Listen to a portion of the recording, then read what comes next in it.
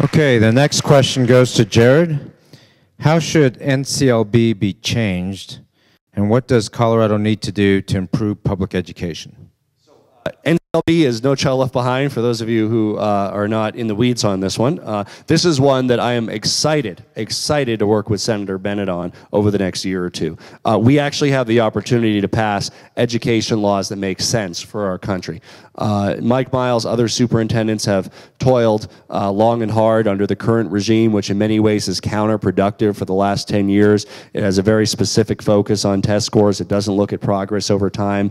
Arts, vocational have been squeezed out of our schools. Senator Bennet knows firsthand what needs to be done. He continues to be a leader in the reform movement. And by the way, you know, people like Mike Miles and Michael Bennet, they're not just superintendents. There's a lot of school superintendents, and I wouldn't recommend all of them for the United States Senate.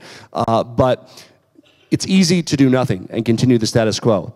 But Michael Bennet, Mike Miles, Charlotte Choncho in my district, other superintendents have said, you know what? What we're doing is failing too many kids. We have a dropout rate in a district like DPS of 48%. In Mapleton, one school district, it was over 50%. We need to change things, and those decisions are never easy. There's people that are mad at Michael for some of the tough decisions that he made, but they were the right decisions, because it's easy not to rock the boat, but Michael is always somebody who will do what he believes is right, and in education he knows what is right, and he will continue to be a leader working with Secretary Duncan and President Obama on creating a new education framework for the next decade that will truly help lift people out of poverty in this country and give people hope.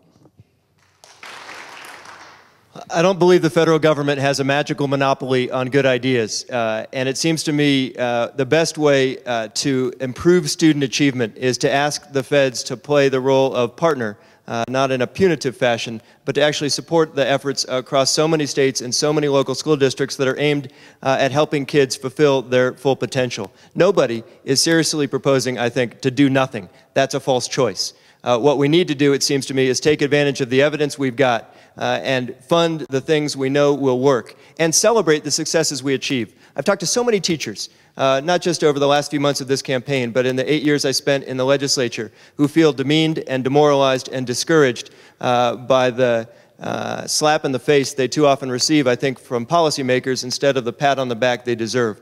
In my view,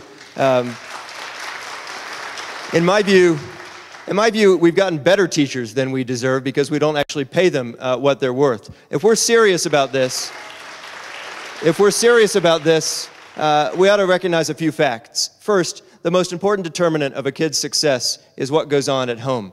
I know this is tough to legislate, tough to waive a law and require that every parent get the time somehow to help their kids succeed, or make sure that they go to school with a meal in their tummy or eyeglasses that they can use to see the chalkboard. But it's pretty clear to me that too many kids are denied those basic opportunities and never have a chance to fulfill their potential. That's not just sad, I think it's immoral, especially in a state like ours, one of the richest in the most prosperous nation on the face of the earth. I know a little something about this issue too, because I've spent a good deal of time, not just in the halls of power, but in the classrooms of Colorado, talking with students and their teachers and their parents. We began a few years ago with my friend Kerry Kennedy, our state treasurer, daring our schools to dream a little bit. We asked them to imagine what the schools of tomorrow, 21st century schools, might look like. Imagine an astronomy class being beamed in from some mountaintop observatory that could give kids the skills to compete with their counterparts around the world. Schools that would actually teach kids not just to be better test takers or widget makers, but more productive citizens and human beings. A lot of the kids we met along the way said, that sounds great. 21st century, we're all for it. We're actually a few years into it. But how about the 20th century? Could you bring us up to those standards? We visited schools in this state, 30 seconds, in this century, that were literally falling apart. That's why Kerry and I teamed up to pass the most significant investment in school construction in state history, a $1 billion plan to repair and rebuild and modernize schools and make sure every kid has a safe and healthy and educationally enriching place in which to learn. We can do that in Colorado in this century. How are we going to reform No Child Left Behind when the majority of the people are at the table having the discussions are the people who design and sell the tests? Look, I mean, I don't entirely agree with the premise of that question. I'm on the Education Committee of the House. I'm helping to write No Child Left Behind. I haven't heard from anybody in any of those companies ever since I've been in Congress. So when I was on the state board, I remember the vendor we used to write the test came before us once or twice during my 6-year tenure. But no, I mean, these folks are not talking to me, and I would be one of the people they'd be lobbying. So I can't attest to whether they're lobbying Senator Bennett or not, but if they haven't met with me, they probably, either haven't met with them or met with them once, but they're certainly not very involved with any of this process. We have, and I agree, some of them might have been when Bush wrote the original one, in 2001. But this time around, we have great policy minds. The chair of my committee, George Miller in the Senate, the Health and Education Committee in the Senate, people like Michael Bennett, people who understand education, staff members who've been there. A lot of our committee staff members have been teachers, have been principals. They're great people, and so I don't think it's entirely accurate. And again, from my own perspective, I'm on that committee, and I haven't met with anybody who's written a test, and I don't even know who they are. I have a lot of thoughts on this subject and not a lot of time, so I'll speak fast. One, setting high standards is appropriate. The demands of a 21st century economy are greater than in the past. Two, I think tying assessments to those standards is appropriate so we can gauge not just how kids do against each other, but how they do against the skills and knowledge that we expect them. Aligning curricula with those standards and assessments, I think, is appropriate as well. But we know many of the things that work. We're just not often willing to pay for them. We know kids who get access, for example, to high-quality early childhood education are more likely to succeed and less likely to fall behind and drop out. But Colorado continues to shortchange a high-quality preschool and full-day kindergarten, not just at our children's peril, but at ours as well. I'm proud to have had a hand in leading the legislature to increase funding for early childhood education. Proud to have authored a proposal on the ballot in 2008 that would have created a permanent fix to Tabor and a savings account for education so that we would no longer have to cut services when times are bad. I'm sad that measure failed, but I think we need to bring it back to the ballot. And I hope you'll be part of that effort too. This is one area that I'm particularly proud of Senator Bennett. He has been an unabashed supporter of comprehensive immigration reform, and I salute his courage and strength in being an advocate for that. I wish that other members of our delegation were more supportive. As you may or may not know, I'm also a big champion of that, and I talk about that on the floor of the House all the time.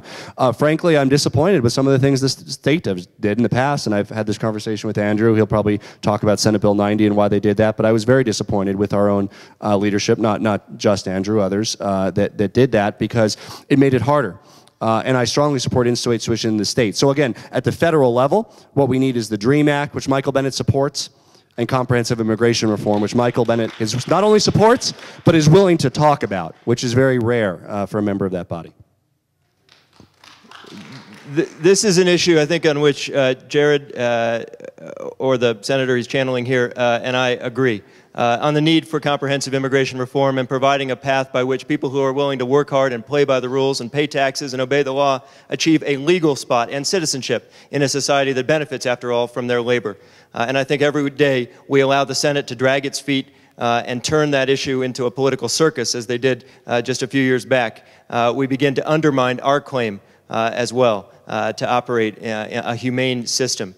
I support the DREAM Act as well, and if I'm in the Senate, I will make sure that the kids in this country have a chance to achieve the rights and privileges of American citizenship that we afford them.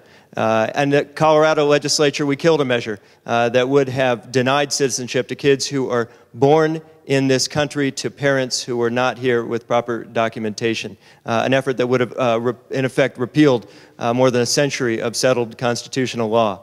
I think we need to do more in this state as well to shore up higher education for all of our students. I'm proud to have authored Referendum C, the measure we put on the ballot in 2005, and reject the arguments that came out of other quarters that said, oh, no, you can't afford in this state to fund K-12 education and higher education. You have to pick. That's wrong. That's nuts.